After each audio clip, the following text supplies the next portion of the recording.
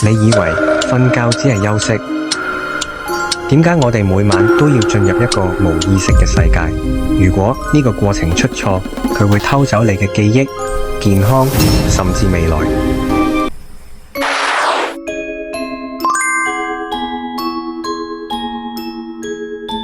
大家好，歡迎嚟到我哋嘅健康頻道。你係咪成日眼光光等天光，個腦好似開咗 party 咁停唔到？明明好疲累，但一瞓上床就精神晒。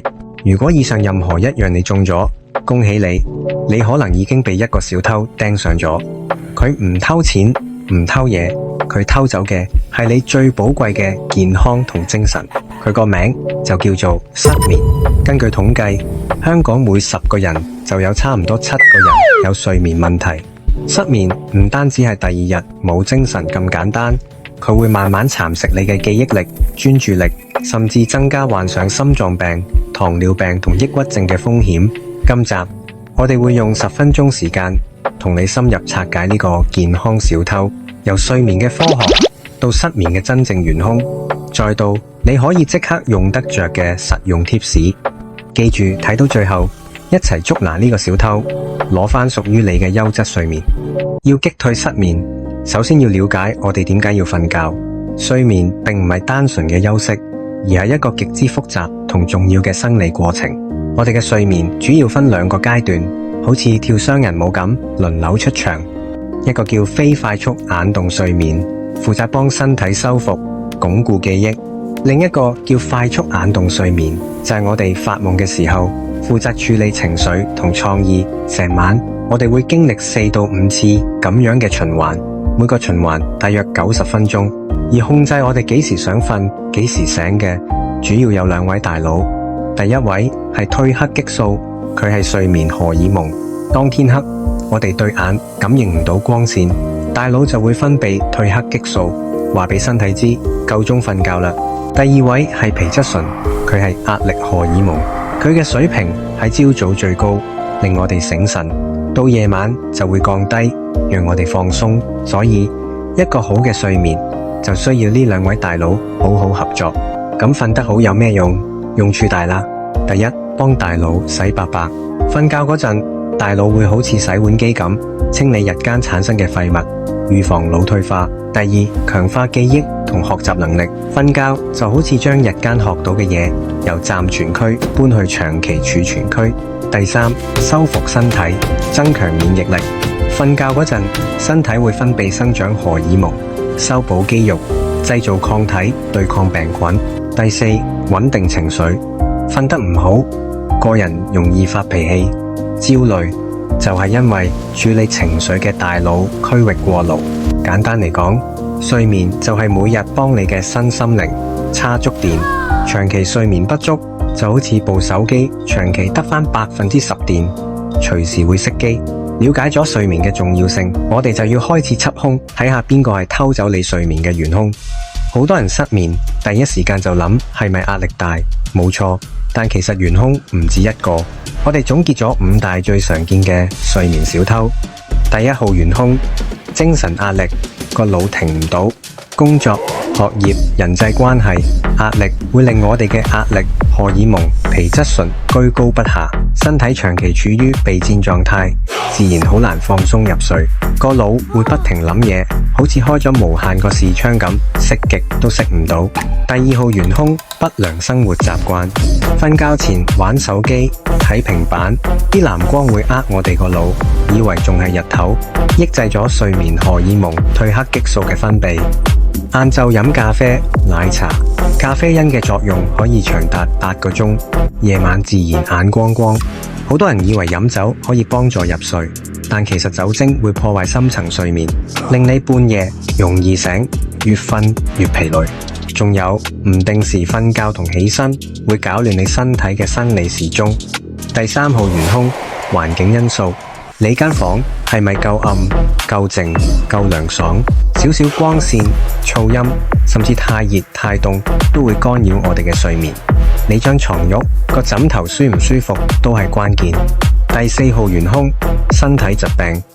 有時失眠係係身體發出嘅警號，例如關節痛、頭痛等慢性疼痛，會令人痛到瞓唔到；睡眠窒息症會令你瞓覺嘅時候呼吸暫停，身體缺氧而扎醒；甲狀腺功能亢進、胃酸倒流，甚至荷爾蒙變化，都可能係失眠嘅幕後黑手。第5號元兇，錯誤嘅睡眠觀念。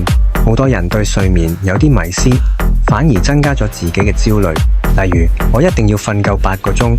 其實每個人需要嘅睡眠時間都唔同，過分執着數字只會令自己更緊張。又或者，我今晚瞓唔到，聽日一定要補眠。晏晝補眠太耐，反而會影響夜晚嘅睡眠質素。最常見嘅係，我瞓唔着，不如喺床上面碌下，睇下會唔會瞓得着。咁樣只會令你嘅大腦將床同清醒連結埋一齊，惡性循環。對照一下，你揾到偷走你睡眠嘅元兇未？唔使驚，揾到兇手，我哋就有策略對付佢。跟住落嚟，我哋會提供一系列超實用嘅 tips， 幫你擊退失眠。好緝兇完畢，係時候採取行動。